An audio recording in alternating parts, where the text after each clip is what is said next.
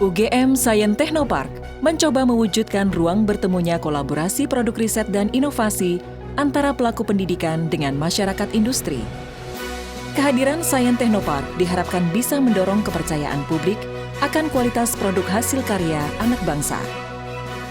Direktorat Pengembangan Usaha dan Inkubasi UGM akan berperan sebagai fasilitator antara para pemangku kepentingan sehingga terjadi proses masuknya produk ke dunia industri yang kemudian sampai ke tangan masyarakat. Lewat Science and Technology akan mencoba mewujudkan Indonesia menjadi rumah yang lebih baik dengan melakukan pengembangan produk dalam negeri yang berkualitas hasil ciptaan anak bangsa. Sehingga banyak temuan hebat yang bermanfaat untuk kelangsungan hidup manusia dapat diproduksi lewat bimbingan langsung UGM. Kegiatan hilirisasi riset akan ditempuh melalui 3 pendekatan. Pengolahan produk inovatif yang berasal dari hasil riset unggulan universitas. Pengolahan produk inovatif yang berasal dari kolaborasi mitra sinergik untuk kebutuhan industri.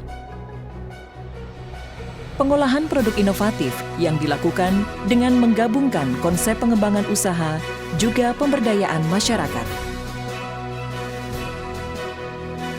Science Technopark akan menjadi tempat di mana anak-anak bisa menemukan mimpinya untuk menjadi generasi yang tidak takut akan ketidakmungkinan.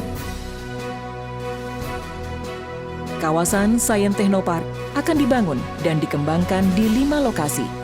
Kampus induk beserta fasilitas laboratorium dan infrastruktur pendukung yang ada saat ini dimanfaatkan dan dikembangkan sebagai pusat inovasi utama Science Technopark. Kawasan Technopark Hatta nantinya akan membantu pengembangan dan distribusi produk inovasi berbasis academic driven dan teknologi.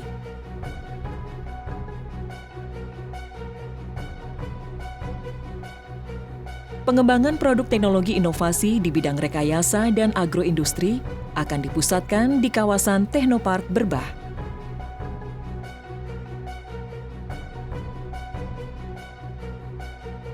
Sedangkan untuk pengembangan produk inovasi teknologi di bidang agroindustri yang didukung oleh pola pemberdayaan masyarakat akan difokuskan di kawasan Technopark Mangunan.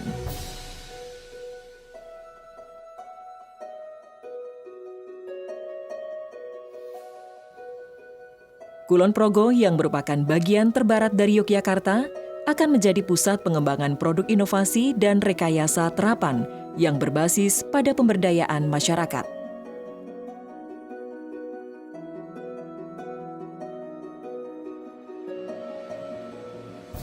Portofolio hilirisasi Science Technopark.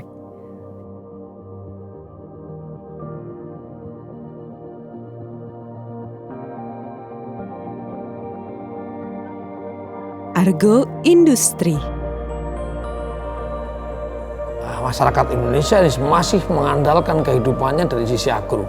Sekitar 70% kita masih, bahkan mungkin lebih, itu masih mengandalkan pada pertanian.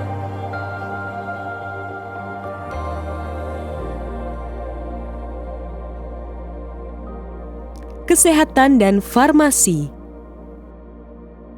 Nah, ini sangat ironis sekali karena biodiversitas Indonesia itu adalah nomor 2 setelah Brasil, terutama kemaritiman dan tanaman obat. Sehingga yang menjadi PR bangsa Indonesia itu adalah bagaimana mengembangkan obat dan swasembada obat. Dan kemudian yang menjadi pertanyaan, kalau demikian, nah ini tanggung jawab siapa? Energi baru dan terbarukan.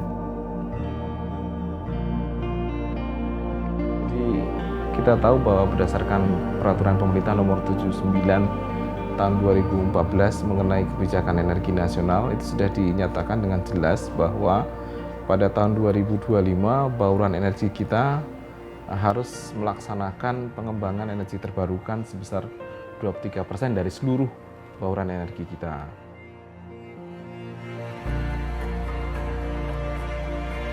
Manufaktur rekayasa TI.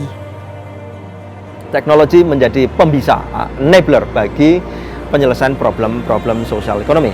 Oleh karena itu, inovasi yang digulirkan adalah inovasi yang menyentuh hajat hidup orang banyak, yang menjadi fokus perhatian orang banyak, dan itu berarti bahwa teknologi bukan sebagai hal yang lepas dari kehidupan masyarakat, tetapi teknologi menjadi bagian yang memungkinkan hal yang tadinya tidak mungkin, sekarang menjadi mungkin untuk bisa diselesaikan dalam waktu yang pendek. Heritage, Art, and Culture.